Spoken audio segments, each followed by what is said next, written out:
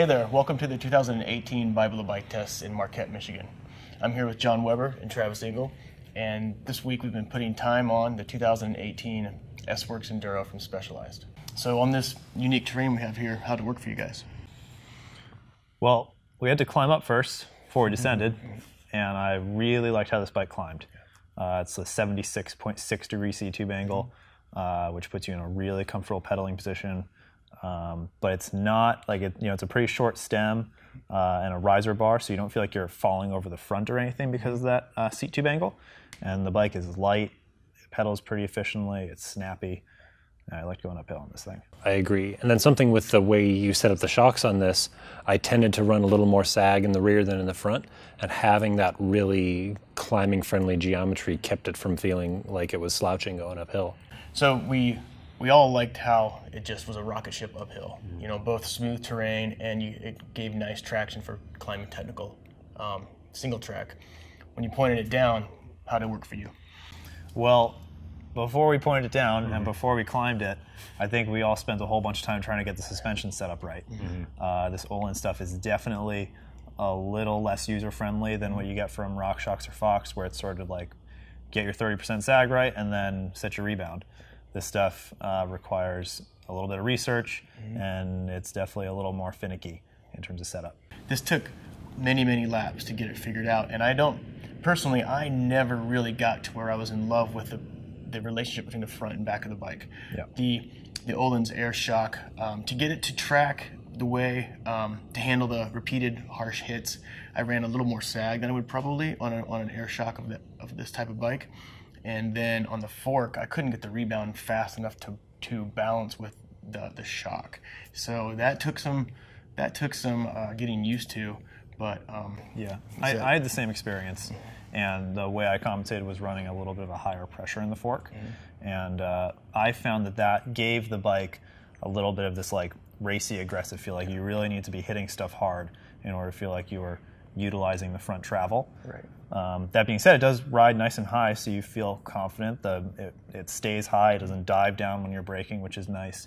And ultimately, I found like I got the rear pretty well set up, but I was still really at the slow end of the rebound damping, which is unusual for me. I was like one click away from all the way closed, whereas on the fork, I was all the way open.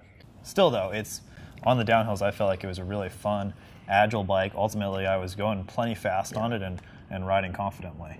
And that's really what I think this bike shines at, is the people who are racing. They are racing enduro. It's a racing discipline. So that works really well if that's all you want to do. So I'm not always that type of rider, and I felt a little more home on the Santa Cruz Nomad. Yeah, I agree. I think while the Enduro is going to make the racer really, really happy, the Nomad's going to make almost anyone really happy. That being said, the Enduro has a bunch of really rad features that you're not going to get on any Santa Cruz. We've got the SWAT system, so there's that hole in the down tube, the S hole. There's a cool little multi-tool that slots into the top tube cap, and when you like pop open this door, it pops up, and it's very like luxury car-esque. And this, I think you guys liked the spec on this bike, right? What did you think of it? So we had a few bikes with 2.6 tires this year, and most of them rode like plus bikes. It was hard to tell the difference. This bike rode like I expected a 2.6 tire to feel. Not squirmy, but extra traction, a little extra soft. I thought it was what I wanted it to feel like. Yeah, I agree. That wheel entire combination, that Traverse Carbon SL wheel set, is one of the lightest and actually one of the most affordable aftermarket as well for that type of wheel. And that combination of that 2.6 tires, extremely versatile. Yeah, those wheels have a nice feel to them too. They're not too stiff, which I dig. On the other hand, there was a little bit of a black eye on the spec for this bike, which was the command post woo. Yeah. So before we get all emotional about it, this command post woo is a design that as you drop the post, the saddle angles back to mimic more the shape that a saddle would take on a downhill bike or a BMX bike or something.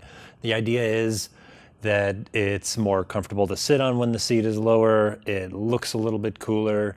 And it gets out of your way and your legs, supposedly, when you're trying to get behind the bike. But the problem is, it only telescopes 115 millimeters. The idea is the back of it goes down more like 150, but the middle still is only 115. The nose of it goes down less than 100 millimeters, and I think we all could feel it. Yeah, this is not a downhill bike. This is not a BMX bike. It has a 76.6 degree seat tube angle, so the seat's still right underneath you, and it doesn't drop very far. So I found I couldn't descend like I would with a normal dropper post, and I had to actually loosen the collar and slam the post into the frame. Well, it sounds like we've got the Enduro kind of pegged as a high-performance race machine for that rider who really likes to pin it. And there's certainly some spec things which kind of had to scratch in our heads. You know, I think we would have all really loved to try this bike out with just, you know, some RockShox or Fox suspension that we're very familiar with tuning and kind of know what we're going to get. Perhaps there's some growing pains with now speccing the Olin stuff almost throughout the entire line, but I imagine that'll just get more refined as things go on. So that's our take on the 2018 S-Works Enduro 27.5. Be sure to check out bikemag.com and subscribe to our YouTube channel for the rest of the Bike Bible videos.